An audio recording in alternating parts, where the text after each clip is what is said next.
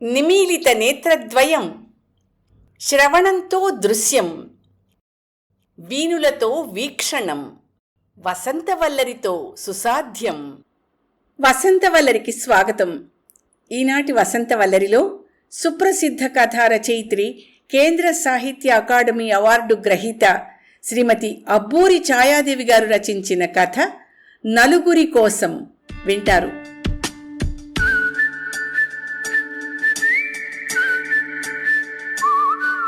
కార్తీక మాసం, పెళ్ళిళ్ళ సమయం. మా దగ్గర బంధువింట్లో పెళ్లి భోజనానికి వెళ్ళాలి. వెళ్ళకపోతే బాగుండదు. ఇంట్లో టీవీ నడుస్తోంది. మనస్సులో పీకుతున్నా ముస్తాబ్ చేసుకున్నాను.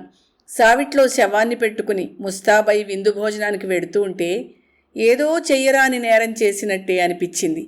టీవీలో ఇందిరాగాంధీ శవం 4 అడుగుల దూరంలో స్పష్టంగా కనిపిస్తోంది. రకరకాల జనం ఎంతో దూరం నుంచి శ్రమపడి ఇందిరా ప్రియదర్శిని భౌతిక దేహాన్ని దర్శించడానికి వస్తున్నారు. చుట్టూ ప్రదక్షిణ చేసి వెడుతున్నారు. మేము టీవీ కట్టేసి తలుపులకి తాళాలు వేసుకుని బయలుదేరాం విందు భోజనానికి. భోంచేస్తున్నంతసేపు పెళ్లివారు, అతిథులు అందరూ ఇందిరాగాంధీ దుర్మరణం గురించి, ఆవిడ శవ ప్రదర్శన గురించే మాట్లాడుతున్నారు. పట్టుచీర కట్టుకుని నగలు పెట్టుకోబుద్ధి కాలేదంటే నమ్మండి అని ఒకరు, ప్రాణం చివుక్కుమంది శవాన్ని వదిలేసి వస్తుంటే అని మరొకరు. ఆడవాళ్లంతా తలో రకంగా తమ గిల్టీ కాన్షైన్స్ని వ్యక్తం చేశారు. ఆ రోజు బాధపడని వాళ్ళు లేరంటే అతిశయోక్తి కాదు. ఇందిరమ్మ పోతే ఇంట్లో మనిషిపోయినట్టే బాధపడ్డారంతా. కానీ ఆ మర్నాటి నుంచి మా వ్యాఖ్యానాల్లో క్రమంగా మార్పొచ్చింది. ఆవిడ పోయిందన్న విచారం తగ్గిందని కాదు, సారంగీవాదన్ అని కనిపించగానే సణుక్కోవడం మొదలెట్టాం. ఈ రేడియో వాళ్ళకి, టీవీ వాళ్ళకి ఇంతకన్నా సంగీత విద్వాంసులు దొరకలేదా అని విసుక్కున్నాం. 3 రోజులు పోతే వాళ్ళకే విసుగొచ్చి ఏదన్నా మంచి సంగీతం వినిపిస్తారేమోనని ఆశపడ్డాం. కానీ ఒకరిని మించి మరొకరిని ఏడుస్తూ పాడగలిగే వాళ్ళనందరినీ పోగు చేసి మనల్ని ఏడిపించారు. కర్ణాటక సంగీతంలో అంత ఏడుపు లేదేమో, అంతా హిందుస్థానీ ఏడుపే వినిపించింది. ఒకవేళ పేరున్న సంగీత విద్వాంసుల చేత కనుక పాడిస్తే కొంపతీసి జనమేమన్నా ఆనందించేస్తారేమోనని ఊరు పేరు లేని వాళ్ళని పిలిపించి ఏడిపించారు. 12 రోజుల పాటు ప్రభుత్వంతో పాటు దేశ ప్రజలంతా విచారంగా ఉండాలని.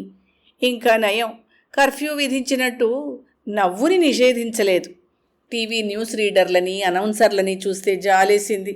విచారంగా మొహం పెట్టకపోతే ఉద్యోగాలు పోతాయేమోనన్నంతగా బిగదీసుకుపోయారు. 13వ రోజున పాపం వాళ్ళ మొహాల్లో వెన్నెలలు విరిశాయి. అమ్మయ్యా అన్నట్టు చిరునవ్వులు ఆ మొహాల మీద. మన ప్రియతమ నేతని కోల్పోయినందుకు దేశమంతా 12 రోజుల పాటు సంతాపాన్ని పాటించాలనుకోవడం, మన దేశంలో రేడియో, టీవీ ప్రభుత్వ సాధనాలు కాబట్టి ఆ సంతాపాన్ని తూచా తప్పకుండా పాటించడం ఎంత ప్రియతమ నేత కోసమైనా దుర్భరమే అనిపించింది పిన్నలకి, పెద్దలకి కూడా. ఏదైనా కట్టడిలో ఉన్నప్పుడు దాని నుంచి బయటపడాలని కాంక్షించడం మానవ నైజం. ఇదంతా జాతీయ స్థాయిలో జరిగిన సంగతి. మా పెదనాన్నగారు పోయినప్పుడు దగ్గర వాళ్ళు, దూరపు వాళ్ళు, బంధువులు అంతా చేరారు. చిన్నవాళ్ళు, పెద్దవాళ్ళు, ఇల్లంతా పెళ్లివారిల్లులా గందరగోళంగా ఉండింది. మా పెదనాన్నగారి వయసు 60 ఏళ్లకి పైగా ఉంటుంది. టైఫాయిడ్ వచ్చి పోయారు. ఆయనకి భార్య లేదు. మా పెదనాన్నగారి కొడుకు కర్మ చేస్తున్నాడు. మా అమ్మ, నాన్నగారు వంటిట్లోనూ బయట అన్ని పనులు పురమాయిస్తూ పర్యవేక్షణ చేస్తున్నారు. ఇంట్లో వంటవాళ్ళు, నౌకర్లు, చాకర్లు ఉన్నారు.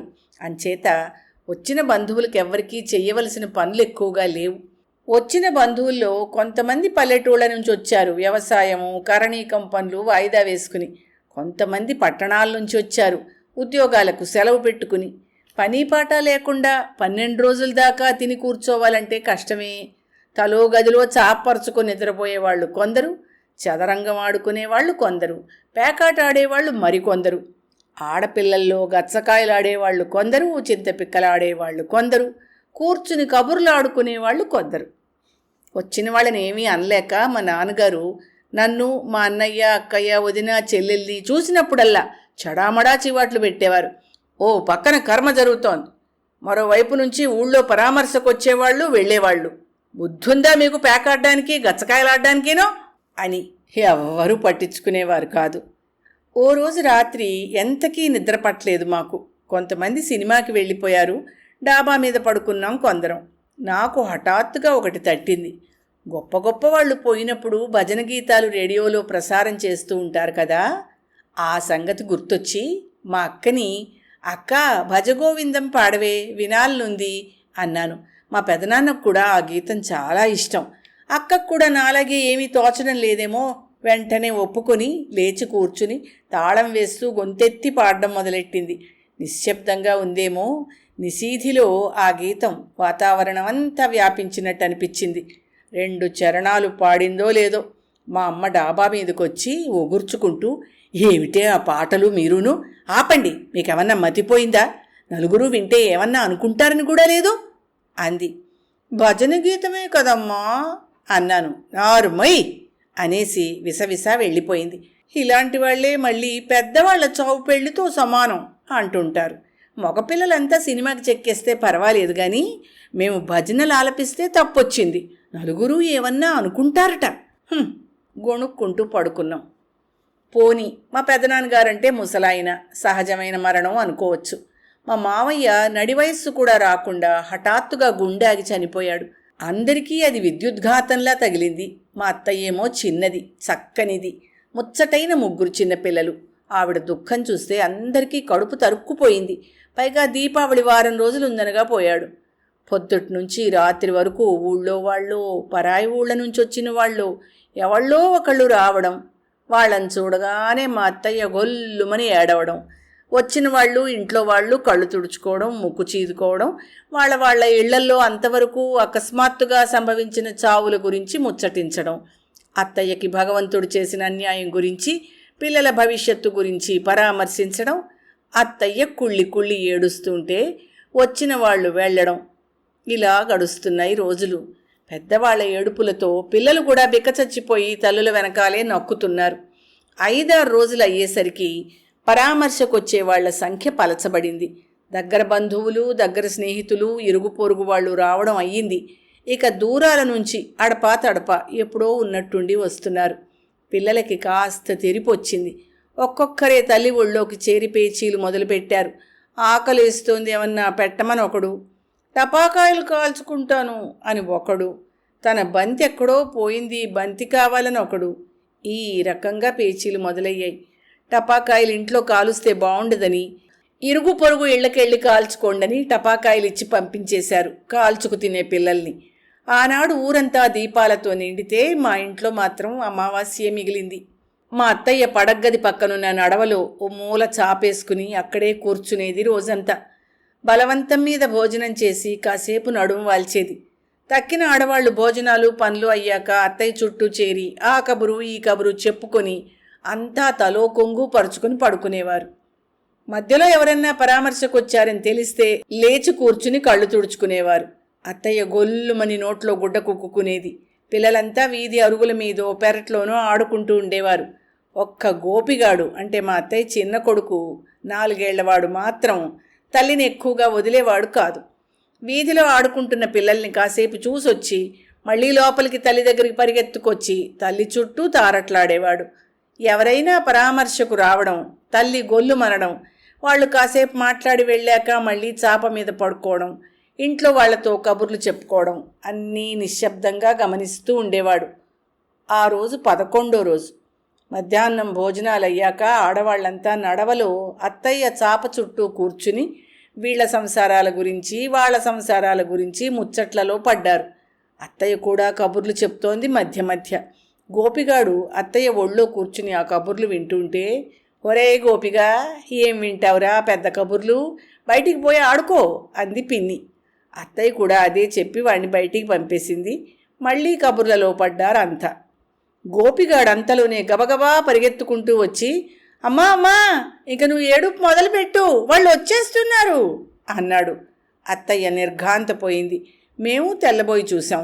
గేటు తెరుచుకుని ఎవరో స్నేహితులు పరామర్శ చేయడానికి వస్తున్నారు. మా బామ్మ అందరికంటే ముందుగా తేరుకుని, బాడవకానా అవతలిబో అంటూ బోసి నవ్వు ఆపుకుంటూ వాడి పిర్ర మీద ముద్దుగా చరిచింది. మేమంతా ఒకరి మొహం ఒకరు చూసుకున్నాం, చిరునవ్వు ఆపుకుంటూ. మా అత్తయ్య తల వంచేసుకుని కొంగు మూతికి అడ్డంగా పెట్టుకుంది. సిగ్గుపడి చిరునవ్వు దాచుకోవడానికో లేక ఇంతసేపు తను ఏడవకుండా మామూలుగా కబుర్లలో పడిపోయినందుకు బాధపడ్డం వల్లనో తెలియలేదు.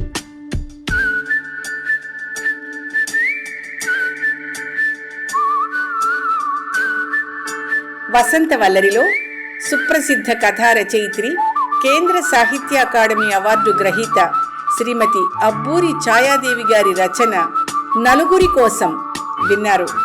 ఈ కథ 1984 డిసెంబర్ 29 నాటి ఉదయం దినపత్రిక ప్రారంభ సంచికలో ప్రచురితమైంది. వసంతవల్లరిలో ఇవాల్టి కార్యక్రమం మీకు నచ్చిందని ఆశిస్తున్నాను. అందుకే లైక్ చేసి మీ మిత్రులకు, బంధువులకు లింక్ను షేర్ చేసి మీ అమూల్యమైన అభిప్రాయాన్ని నాకు కామెంట్ బాక్స్లో తెలియచేయమని, వసంతవల్లరికి సబ్స్క్రైబ్ చేయమని విన్నవించుకుంటూ మీ వసంతలక్ష్మి అయ్యగారికి సెలవు. మరి థ్యాంక్ యూ. వసంతవల్లరి మిత్రులు, శ్రేయోభిలాషులు, వీక్షకులు, శ్రోతలు అందరికీ ఒక విజ్ఞప్తి. గతంలో లాగానే ఎప్పటికప్పుడు నా కథలను విని స్పందన తెలియచేయమని కోరుతూ, నేను చదివిన కథ మీకు బాగా నచ్చినట్టయితే తప్పకుండా హైప్ ఆప్షన్ నొక్కి నన్ను ప్రోత్సహిస్తారు కదూ.